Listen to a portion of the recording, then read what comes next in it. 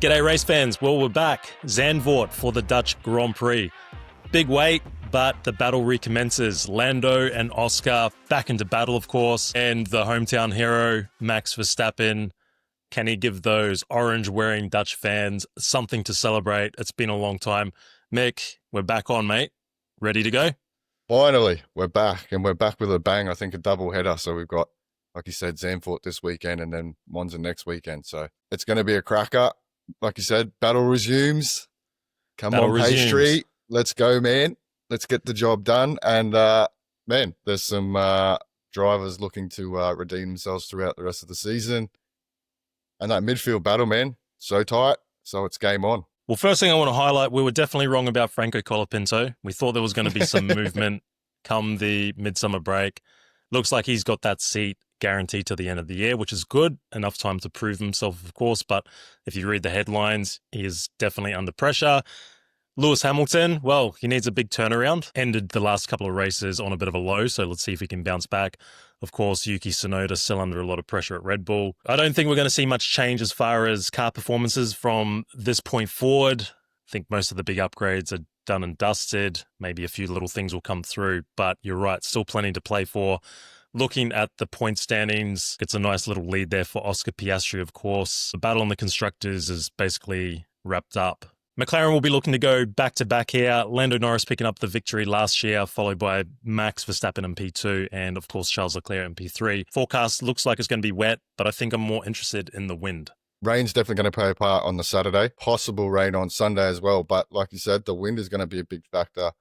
Saturday, we're looking around somewhere around gusts of like 35 to 40 kilometers an hour.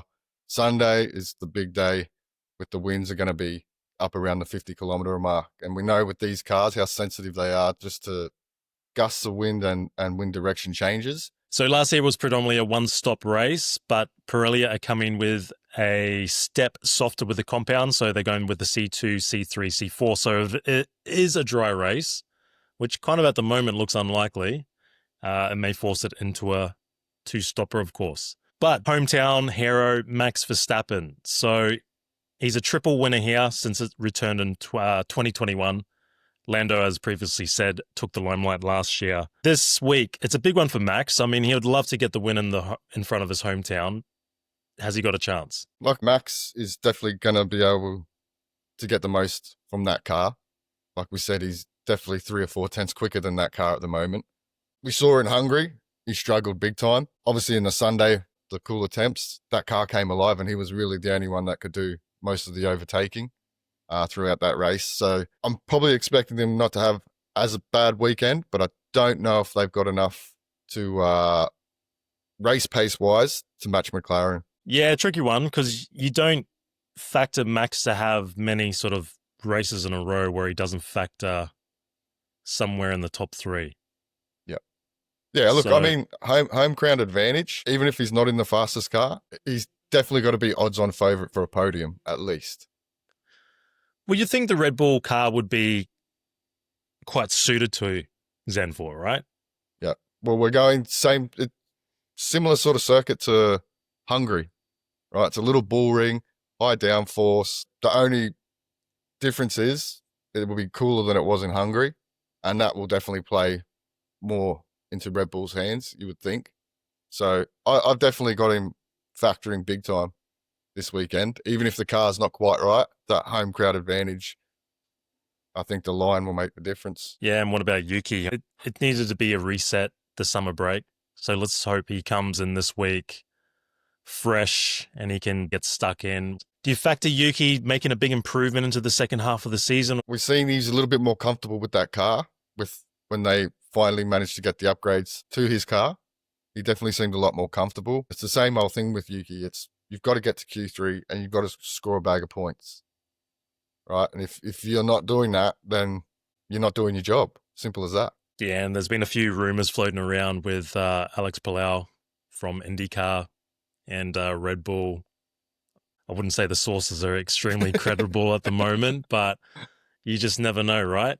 It would not surprise me. Like I said, if Yuki can't do what he needs to do, which is consistently be in Q3 and scoring good points. Because look, we know that Red Bull's good for Q3. Whether it's hard or not, we know that car's good enough. For me, Q3, good points or bust. All right, the other team orange that the Dutch people can get behind if it doesn't work out for Max. McLaren, of course, they have to factor. It's just whether they make mistakes or not. Obviously, with the conditions, it might tighten the field up. The rivalry, the championship battle back on. Obviously, our boy Oscar Piastri up against Lando Norris. Going to be a fascinating battle, of course. Sure, both of them would like to get the upper hand going into this next phase of the season. Well, Oscar, man, I think it's a pretty important weekend. He needs to stem the flow of race wins from Lando. Lando, on the other hand, Lando just, like I said, he just needs to capitalise on that momentum that he's got. No doubt, I think they'll be the team to beat. If weather is a factor, I actually think that gives the upper hand to Oscar. Because if you look at like Silverstone and Spa, when the conditions were wet, Oscar drove away from Lando, like clean, like he was gone. Lando couldn't keep up, but they're going to be the team to beat. Like you said, now that I think the constructors is pretty much done and dusted, gloves off now, only 10 races to go. Every lap counts now between those two. So I think it's going to be gloves off. It's getting serious now as we get closer to Abu Dhabi. The way it is at the moment, it's tense, man, because if one of them gets a DNF and the other one wins the race, that's basically game over. It's tense. They look calm and looks all happy and friendly, but I think behind the scenes, it's once we get through this weekend and then Monza, we only got 8 races to go. It's going to be tense. Like none of them, you can't. They're at the point that we're at the point of the season now with only 10 to go. You can't afford to make a mistake. We've said it all season. Our bets have always been on Oscar Piastri, but Lando Norris, just when you think the chips are down and you feel like Oscar Piastri gets that upper hand, he comes back. He's riding a wave of momentum at the moment, winning the last race out, but also winning the race here last year, so he'll be pretty confident. Now, speaking of confidence, low confidence, I would probably say Lewis Hamilton, Ferrari, even Charles Leclerc. The second in the Constructors' Championship. It's almost like we feel like this Ferrari is horrible, but they're sitting second, so it's not too bad. Do you think Lewis is primed for a big second half, or do things falter moving on? Interesting for Lewis because I think you've got to look more towards 2026 now, but at the same time, you still need decent performances because that battle for second, I think, is still relatively tight in the constructors. The braking and the rear end stability of that car, engine braking, he's just not quite comfortable yet. See if you can improve, get the car into a spot that you want it, and the results will come off the back of that. So Charles has been pretty strong here. I think he's had 2 or 3 podiums here. I'm expecting Ferrari to be really strong. I think, again, they're going to be second behind McLaren. We know what Charles is like in qualifying. So I think Saturday's going to be epic between the 2 McLaren boys. Throw Max in there, then you throw Charles in there, and hopefully Lewis can be up there as well. I'm expecting a big haul of points this weekend. I'm probably a little bit different for this one for Ferrari. I think this track is very much about quick directional changes, and we know that Ferrari has an issue with that rear end, and they generally have to run that thing so damn low to, get the most out of it, and then we see the plank wearing problems, etc. It's a big one for Ferrari in that sense because we know that they bought that rear end upgrade recently. I wouldn't be surprised if Ferrari struggle here this weekend. Well, Mercedes, we haven't actually mentioned Kimi Antonelli's name, which we should have at the start because he is one driver. I wouldn't say he's under an immense amount of pressure, but I think at this stage of the season, it has been a tough little mid-season, you could call, for Kimi Antonelli. George Russell, of course, look, he's just doing what he needs to do. I was hoping there was going to be some more solid news coming out regarding what the contracts were going to be as far as 2026 for George and, of course, Kimi. I sound like a broken record. Cooler conditions, Mercedes tend to go better. Has Mercedes got a chance this weekend? The cooler conditions are certainly going to suit them. Now they've switched back to that old suspension, and we saw that certainly made Kimi a lot more comfortable. Switching back to that old suspension setup has definitely helped that car, and that's when you can talk about those cooler conditions, right? Because we've seen with that suspension, cooler conditions, for whatever reason, that car excels. I think Kimi just needs to build some consistency over a few weekends He had a solid outing in Hungary. Now he needs to do it again this weekend because we know the following week we go to Monza and the pressure's just is going to ramp up big time for him, right? So you need to maximise this weekend and it'll take a little bit of pressure off you for your home Grand Prix in Monza. George, man, one man band at the moment, just carrying that team. So we should, though. He is the number one driver. In terms of results, it's not really their best circuit since 2021. I think they've had one decent result here. I think George might have got a second here, I think. So in terms of results, it's probably not their best circuit. Again, throw in the mixed weather conditions, the wind, especially on Saturday, anything could happen. Racing Bulls, Liam Lawson, and of course Isaac Hadjar, little inter-team battle. I think that's going to heat up for the rest of the season. Naturally, all the rumours regarding who is in the front running for that seat should Yuki Tsunoda be demoted. Rumours of Palau as well. Lindblad waiting in the wing. So there's plenty going on around there. So two drivers that still have a lot to prove. Hadjar's been lights out for most of the season, but we've seen Lawson come back at him. And when you look at the points, Lawson is right back in the mix. I would love to see both Racing Bulls in the points.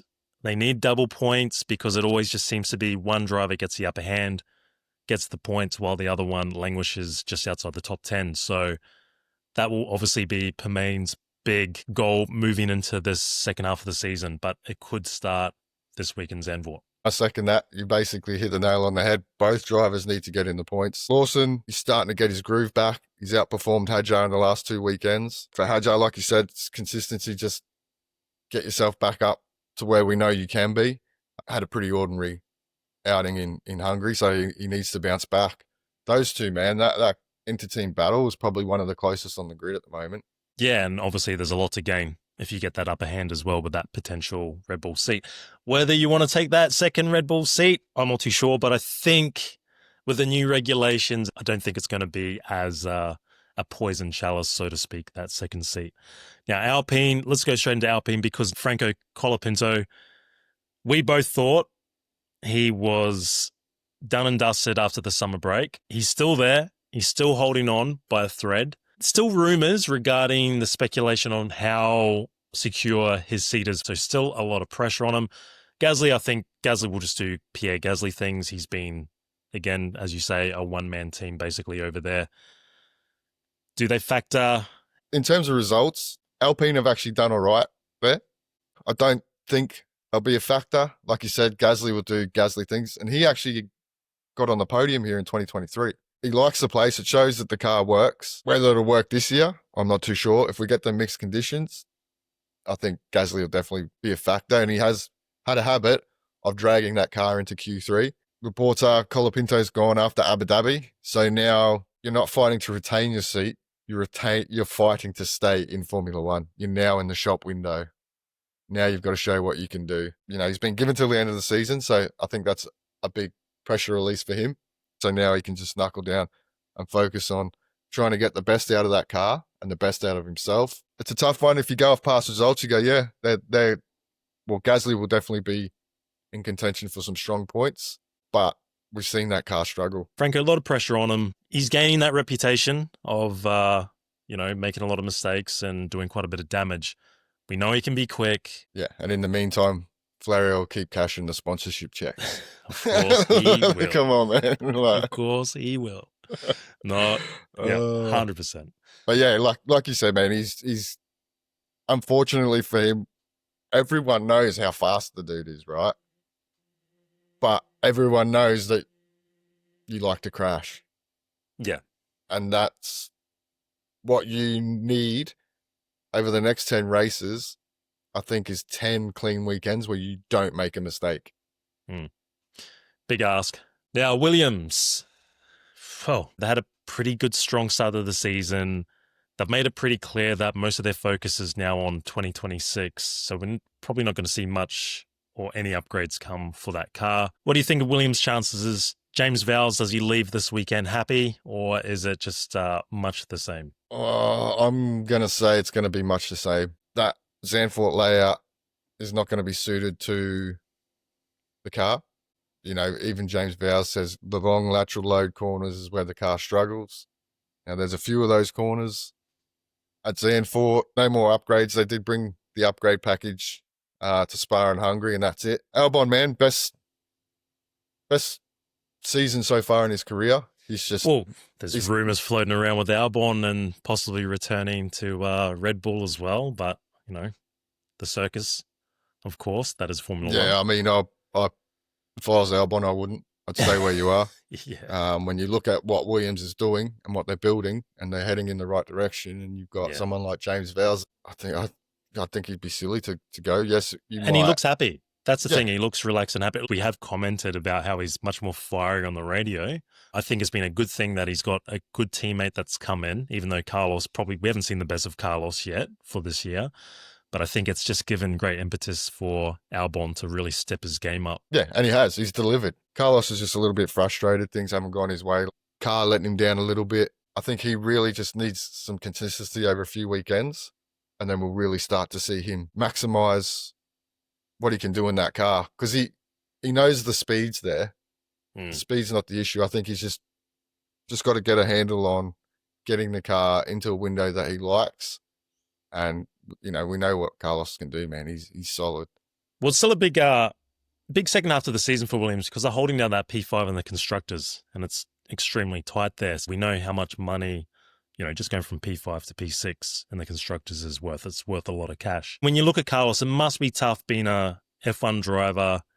You've been in one of the top teams where you've been able to compete for wins, podiums, and then the way he was sort of cast aside by Ferrari naturally would have been disappointing because he was performing very well. But then to come into a season where it's just been about trying to get into Q3s and try and just get into the top 10, and then, your teammate is doing exceptionally well. We definitely thought we'd see a lot more or better things from Carlos, so I think it's going to be a big second half of the season.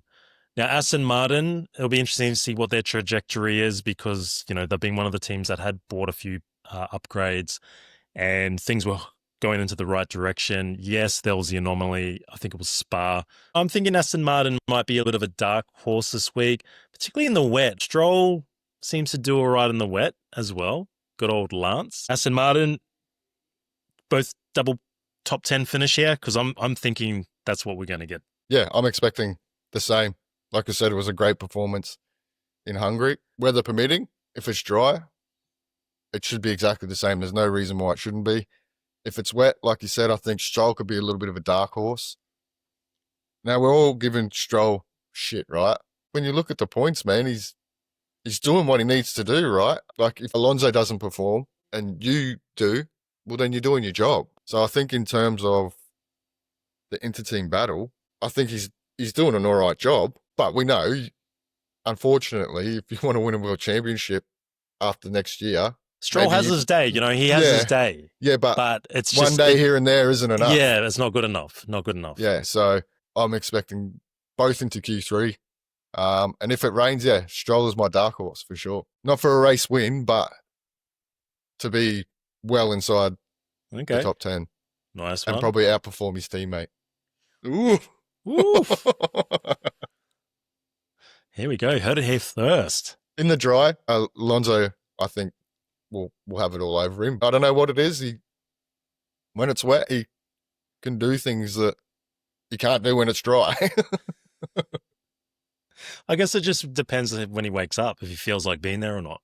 Yeah, depends. That's the sense what he has on his wheat bix, right? If he has his wheat bix in the morning, he's good to go. But I mean, we saw in Hungary too, man. In the morning. Yeah. If the tender off his dad's yacht drops him right to the entrance, or he has to walk. But like I said, in Hungary, he seemed pretty happy, right? So yeah. He seemed quite content. Obviously, the car, he was comfortable with the car. Now, if he's comfortable with the car, then there's no reason. Yeah, that he's quick enough. Like on his day, if he's comfortable, he's quick enough. I think. Yeah, like you said at the start, people seem to bag him a lot. We've bagged him a lot. Oh yeah, most people bag him. He's easy to bag. But at the end of the day, I think most of these people sitting at home would be like, "I'd like to be Lance Stroll." Yeah. Oh. Yeah. Why not? Well, let's move on to. Look, I don't want to put Kick Sauber at the end because they've been punching above their weight. Bortoletto. I think you got to get pretty hyped for Gabby because I think he's transitioning now into the solid driver that most of us expected. He's got the confidence. He's got the swagger. He's past, I guess, that initial rookie phase, and he's starting to string some top tens together. Naturally, the car been a lot better. They've definitely developed it over the season. I think he's in for another big one. The Hulk, look, we know the Hulk can deliver, but tends to be a little bit inconsistent, particularly when it comes to qualifying. We know Saturday is going to be massively important here just because of it's not an easy track to pass on. Maybe the wet conditions may throw up some crazy strategy calls, and perhaps the Hulk can do again what he did in Silverstone. What do you think? Kick Sauber. Are we in the points this week? That's a big pause. Because I don't know. Like we've It's seen so like tight. he's like It's very tight. Like you said, they've punched well above their weight. Like the engineers of that team deserve a pay rise because whatever they did to that car, they turned it around. And it'll be interesting to see over the next 10 races if they can hold station and keep that car competitive and maximize the most they can out of what they have. Because like we said, that car's probably not going to have any more upgrades. Gabby, man, full of confidence. He's outshone his teammate now the last 2 weekends in a row. I think Hulk is looking for some consistency. When you look at it and then you look at Hungary, you go, well, there's no reason that both those cars couldn't be in the top 10 come the end of Sunday's race. The way they've turned that car around, man, is unbelievable.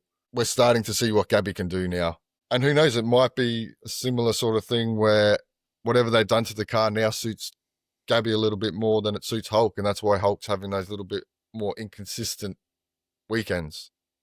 So, but yeah, there's no reason why they couldn't both be in the top 10 come the end of Sunday.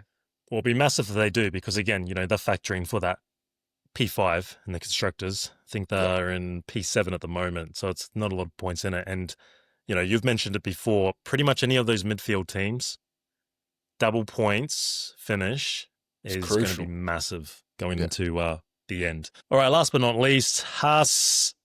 Well, what do you think they factored this week? They had it wasn't the greatest Grand Prix out last time, which, we've made a bit of a joke. They have a bit of a shitter and then they bounce back and have a great one. Ollie just needs to, we know what he's capable of, just need to minimize the mistakes. Ocon, he was pretty disappointed out last time in Hungary. I think to get one car into P10, well, the top 10 would be a pretty decent achievement this week. So the low to medium speed is still where they're struggling. And especially on Sunday, when it comes to race pace, I think they struggle to keep the car in a decent window. Ocon, he's still leading the inter-team battle. Ocon seems quite content, though, which when you listen to him talk and he talks about the differences between Haas and Alpine, he's definitely a lot more at home or comfortable. I think the environment is a lot better. Yeah, the environment is a lot better for him. Yeah. So now it's just a matter of getting that car to work for him and pushing the team. Well, exactly right, because he is the number one driver, right? So that's his job. Yeah, I'm not expecting a massive turnaround. Like we see, like you said, one weekend shit, one weekend really good. I think this weekend's probably going to be a pretty ordinary weekend. Back-to-back shitter.